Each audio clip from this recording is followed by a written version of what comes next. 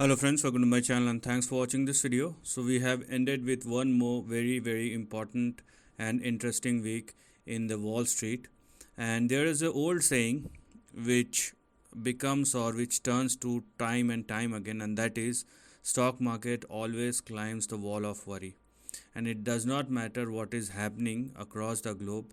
Slowly but steadily you can see everything is moving higher, and you try to or you may try to find a reason for that. You may have it, you may not have it, but you cannot ignore the price which you can see on your screen. So this is something which is very much true as far as the recent market or current market conditions.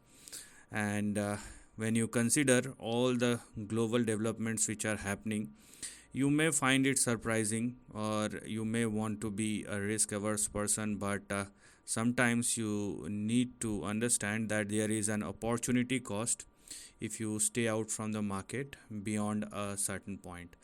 Okay, so this is what we are going to look at. So let us see what are the major events that may cause the market moving forward, along with what has happened in the last 1 week. So JP Morgan bond chief Bob Michael sees worrying echoes of 2008 in the market calm. So that's what I have just said, that there is an inherent risk. The market may or may not move lower, but the thing is, what will happen going forward, that only future will tell you. Maybe you are right, maybe I am right, but it's going to be a game of debate or argument. It may not be an actual answer, or the actual answer will lies somewhere in between the gray area, or in the gray area. Apart from that, what happens? Wall Street is placing its best bet for the big Fed meeting and inflation report. So because we have seen that Eurozone is in recession again, so whether they will take a pause or they will go on with their interest rate hike cycle, that is something which we need to look at. But market will take its bet, but if you are an individual, let's wait for the actual outcome of the Fed meet, and then take your decisions whatever you want to take. Don't try to predict the game. That's what we are going to look at as far as the price action is concerned. Apart from that, what do we have here? Okay, let us see. So geopolitical game has intensified in the last 1 week, and things are worse. I mean, the updates or the outcomes the last week, whatever has happened, I don't want to explain in this channel, but that's bad for the overall economy and for the overall human life. Apart from that, Tesla and HSBC pulls out some US mortgage deals as fear of rising interest rate hits home buyer once more. So we know that this is an official confirmation that Eurozone is in recession, and UK not so far behind. It is not yet in recession, but sooner or later same thing will happen with them. So this is much of it, and let us see what's happened in the market and what lies ahead as far as the next price move is concerned. So overall, Dow Jones, NASDAQ and S&P 500 is up or marginally in a green on the last day of the week. Then gold is flat at 1975. Oil is trading comfortably in between 70 and 75, and US bond yield is trading in between 3.4 and 3.8, which is very much flat. VIX has moved higher, but it is below 15, so it is a comfortable range for VIX. Apart from that, the only concerning factor is this section, or the bond yields for the 1 month or for 1 year treasury. I mean, whatever falls under, or whatever maturities falls under 1 year, like 1 month, 3 months, 6 month, 1 year, it is well above 5%. So this is something which is a matter of concern, because if it continues to trade above 5%, I mean, the logic is very simple. If you are getting a bond interest free rate, or riskless uh, interest which you are going to get from the treasury, and which is more than 5%, and in a matter of a month, so why do you want to take a risk in the market or anywhere else? So, and it is equal to the bank rate, or sometimes bank rate is lesser than this US 1 month treasury. And if you want to, 5% in a bank will be for 1 year, not for a month. In this case, you will get 5.2% with a 1 month maturity. So this is how things looks like. So the near term uncertainties still persist, and it will definitely impact the market, or it does have an impact in the market. But whether market acts on that or not, that is something which is not clear as of now, because market is on its strong path, and it is not phased away, or it is not fade away by this higher uncertainties or high bond yields as of now. Market turns volatile, there is no denial in that, but there is nothing called at least a correction. There is no indication or no correction yet. Dollar index is trading at 103.55. So let's start with dollar index, and let us see what is happening as far as DXY is concerned. Maybe you are right, maybe I am right. This is the kind of thing which is happening. So actually I am very bullish above 103 or more, but right now it's in a consolidation. So we need to update ourselves based on the price action. So what do we have right now is something like this. So on the downside we have 100, and on the upside the resistance will be 104, or yeah, here we are, 104.71.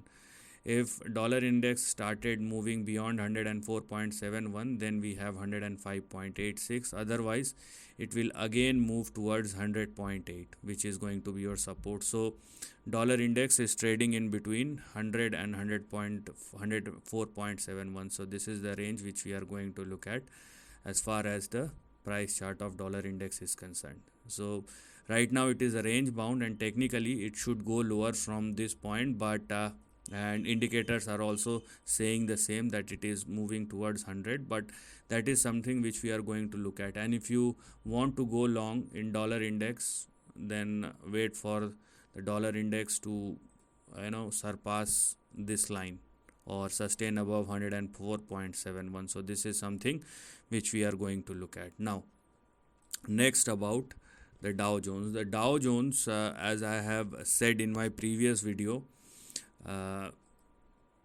that Dow Jones can give you surprise on both the side, because I have specifically explained that it is actually at the crossroad, because there may be an upside, there may be a downside, and it looks like if it does not sustain above a specific level, obviously there lies an correction. But if you are looking at the price action, what we're gonna see over here is here we are. So this is the resistance zone, and it all depends upon how the price action, or what will be the next big move as far as Dow Jones indices is concerned. Because if Dow Jones started trading above 34,170, or let's say 34,200, it will be a breakout. And I have said this thing in my previous video, I'm saying it again. You can clearly see an inverted head and shoulder. Okay, so if Dow Jones started trading above 34,200, obviously it will be a breakout. But on a second thought, we have if there is a correction, and if Dow Jones unable to sustain above 34,170, then obviously we will definitely have a big correction which is on our way. So it's something which nobody can tell. That's what the guessing game is. because maybe you are right, maybe I am right, and it all depend upon the price action whether there is a breakout or there is a breakdown. Now, talking about NASDAQ, here we are. Now talking about NASDAQ, what do we have here? For NASDAQ, it is a breakout. Okay, there is a breakout in NASDAQ which we can clearly see, and here we are.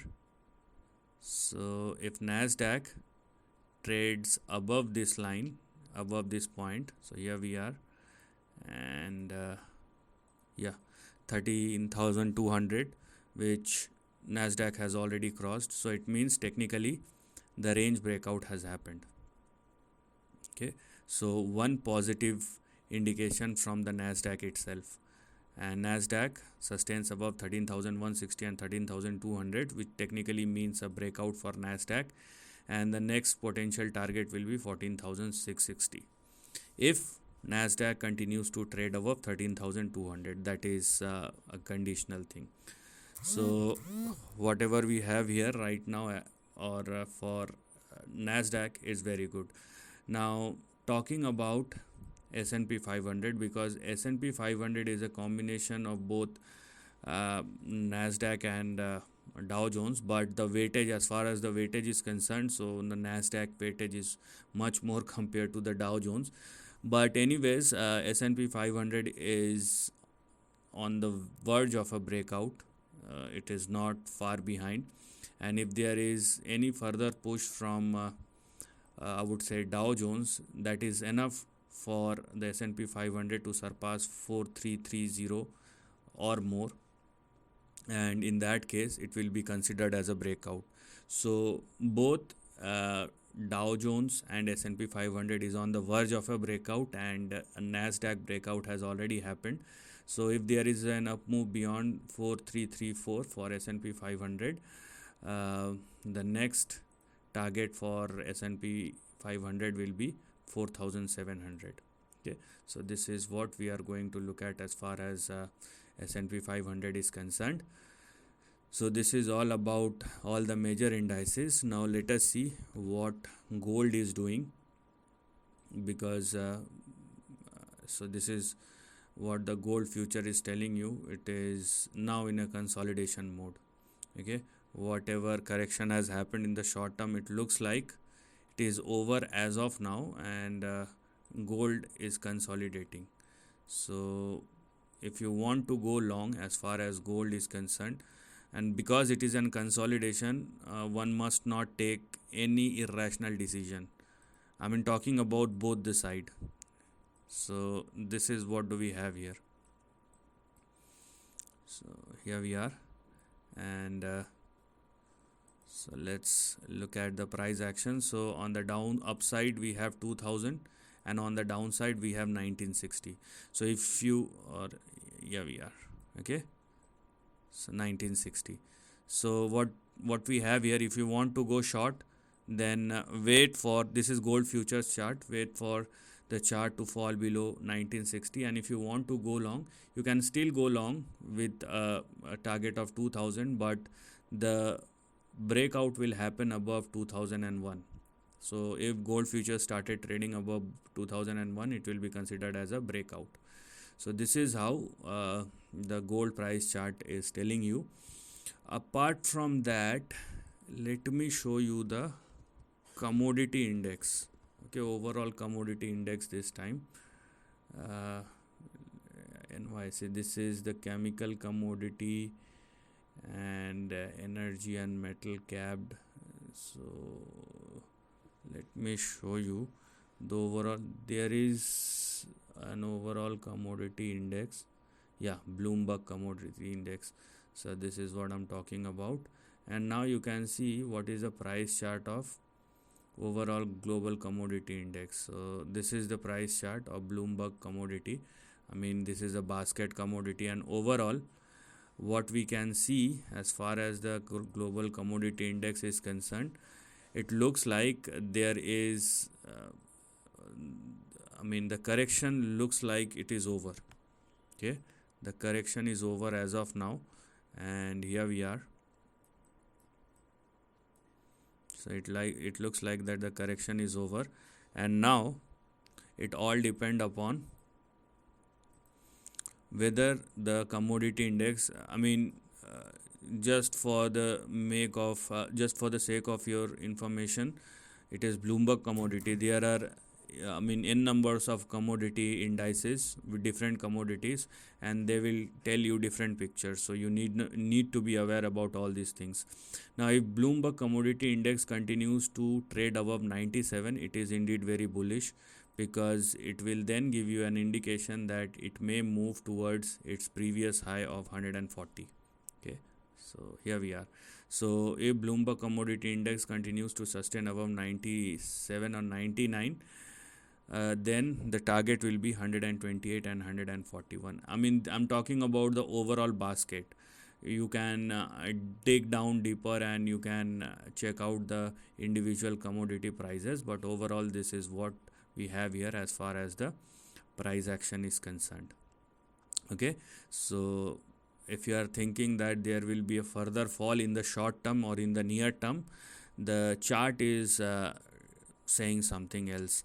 So at the end of the day, you want to go long, you want to go short, but you cannot ignore the price, and the price is telling you something else, which one should listen. And the overall market climbs the wall of worry with all the different geopolitical, geo-economical, geographical, geological, everything includes with geo. And apart from that, with all these problems, the stock market is moving higher. So there is something which one must acknowledge before taking any rational decision. And technically, there is a breakout in NASDAQ. If it sustains, number one, and both S&P 500 and Dow Jones is on the verge of a breakout, that is number two. If all the indices makes a breakout, then there will be a big price action on the upside, that one must also recognize. If even if I am very bearish, but I cannot ignore the price. So this is the end of the video. Thanks for watching.